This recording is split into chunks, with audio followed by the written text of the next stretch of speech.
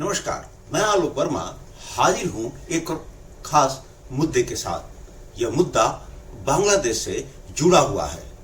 बांग्लादेश की अंतरिम सरकार ने जमात इस्लामी पर लगी पाबंदी हटा ली है।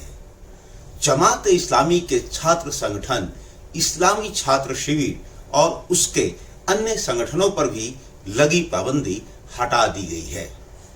इसको लेकर बांग्लादेश में रह रहे हिंदू बेचैन हैं। उनकी घबराहट क्यों है, आइए इस वीडियो में इसको समझते हैं। आज अखबारों में आपने पढ़ा ही होगा कि 40 हिंदू शिक्षकों से जबरन इस्तीफा ले लिया गया था। यह एक घटना है जो मात्र एक उदाहरण है। एक्चुअली इन संगठनों पर शेख हसीना सरकार के दौरान साल 2013 में पाबंदी लगाई गई थी।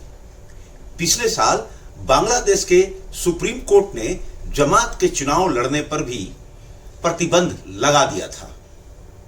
तभी से यह प्रतिबंध जारी था। हिंदू क्यों बेचैन हैं, ये जरूर समझिएगा। ये प्रतिबंध, ये घटना, मैं इसीलिए इन सब चीजों का जिक्र कर रहा हूं। बांग्लादेश की अंतरिम सरकार के गृह मंत्रालय ने 28 अगस्त को प्रतिबंध हटाने की अधिसूचना जारी की है। स्क्रीन पर आप अधिसूचना देख सकते हैं। जमात इस्लामी की मूल शाखा जमात इस्लामी बांग्लादेश की स्थापना 26 अगस्त 1941 को पाकिस्तान के लाहौर में हुई थी। जी हाँ, इस बात पर जोर देकर मैं कह रहा हूं कि 26 अगस्त 1941 को लाहौर में इसकी स्थापना हुई थी। यह अविभाजित पाकिस्तान का समर्थक था, गौर कीजिएगा। उसने साल 1971 के बांग्लादेश मुक्ति युद्ध के बाद भी इसके लिए अभियान चलाया था। ये सब रेफरेंस आपको समझने के लिए बहुत जरूरी है कि आखिर बांग्लादेश में रह रहे हिंदू बेचैन क्यों हैं, उनमें घबराहट क्यों है।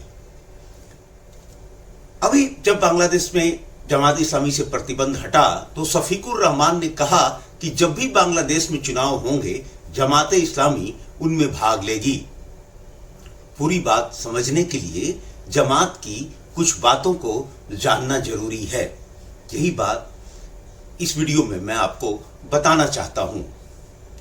1978 में जमात ने पहली बार आम चुनाव में हिस्सा लिया था। जी हां, 1978 में पहली बार जमात ने चुनाव में हिस्सा लिया था और 1986 में देश की संसद में उसके 10 उम्मीदवार विजयी रहे।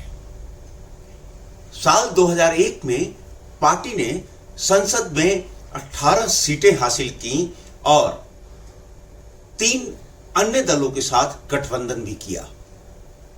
जी हां, 2001 में 18 सीटों वाली जमातें ने अन्य 3 दलों के साथ गठबंधन किया, यानी सत्ता में शामिल और हिस्सेदारी का उसकी लालसा जो है वो पुरानी है, कोई नई नहीं है। इसी साल पार्टी बेगम खालिदा जिया की बांग्लादेश ने नेशनलिस्ट पार्टी के नेतृत्व में बनी सरकार में शामिल हुई। जमात इस्लामी की बात कर रहा हूं मैं, उसी साल सन 2001 की बात कर रहा हूं। अब यह भी जान लीजिए कि जमात पर क्या क्या अहम आरोप लगे हैं। क्यों बांग्लादेश के हिंदू आखिर बेचैन हैं, आखिर जमात में ऐसा क्या है। चलिए एक एक कर बहुत आराम से आपको मैं बताता हूं। 1971 में बांग्लादेश मुक्ति संग्राम के दौरान पार्टी के कई नेताओं पर मासूम लोगों पर अत्याचार के संगीन आरोप लगे थे। आप समझ सकते हैं हिंदुओं की बेचैनी का पहला कारण। पार्टी पृथक बांग्लादेश का विरोध कर रही थी क्योंकि उसकी निगाह में यह इस्लाम विरोधी था। 1990 में सैन्य शासन के समाप्त होने के बाद पार्टी और उसके नेताओं के खिलाफ युद्ध अपराध के मामले चले, केस चले और अंतर्राष्ट्रीय ट्रिब्यूनल में भी मुकदमा चला। और आपको जानकर शायद हैरानी होगी कि मई 2008 में बांग्लादेश पुलिस ने जमात नेता और पूर्व मंत्री मतीउर रहमान को 2 अन्य पूर्व मंत्रियों के साथ गिरफ्तार किया। जी हां, मई 2008 की ये बात है। उसके बाद गिरफ्तार किए गए 2 अन्य पूर्व जो मंत्री थे, अब्दुल मुन्नान भुइयां और दूसरे का नाम था शमसुल इस्लाम। ये दोनों थे जिनको पूर्व में गिरफ्तार किया गया था। साल 2010 की ये बात है जब अंतर्राष्ट्रीय अपराध ट्रिब्यूनल ने पार्टी के 8 नेताओं, एक दो नहीं 8 नेताओं को युद्ध अपराध का दोषी पाया था। जी हां, 2010 में अंतर्राष्ट्रीय इंटरनेशनल ट्रिब्यूनल ने पार्टी के 8 नेताओं को युद्ध अपराध का दोषी पाया था। यही नहीं, भारत में बाबरी जो अयोध्या में विवादित ढांचा थी, जिसको ये बाबरी मस्जिद के नाम से पुकारते थे, उसके विध्वंस के बाद पार्टी के नेताओं और छात्र संगठन पर बांग्लादेश में हिंदू विरोधी दंगे भड़काने का भी आरोप है। जी हां, उसके बाद ये लोग दंगे भड़काने के आरोप में फंसे थे। इसके अलावा उन पर और भी कई संगीन आरोप लगे। हाल ही में जब हिंदुस्तान में पुलवामा अटैक हुआ और भी कई मामले हुए, उसमें इन लोगों का नाम सामने आया। शायद यही सब वजह है कि बांग्लादेश में रह रहे हिंदू बेचैन हैं।